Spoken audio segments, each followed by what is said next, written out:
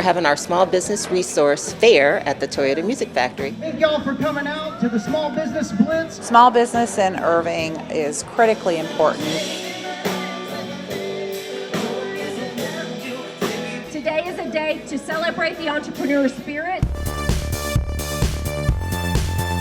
We are launching the Small Business Blitz Week, where we go out and say thank you to 1,000 small businesses of Irving. We'll also leave behind a resource box, which will have information of how the Chamber and the city work together to help our small businesses throughout the year. It means a lot to know that we have their support and to be a part of a community. Just to see that entrepreneur spirit and to see the jobs that they provide and what they provide for the economy. Most of the services they provide you and I use all the time. It's great to appreciate the people that keep the economy going. The small business is the backbone of the U.S. economy.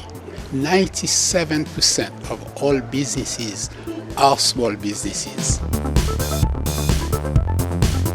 Our business owners and operators are warriors, right? They have continued to persevere through a global pandemic. We know that there is construction and capital improvements that are taking place throughout Irving. Hopefully, as we get through these challenges of improving the infrastructure, the businesses will see the benefit of it.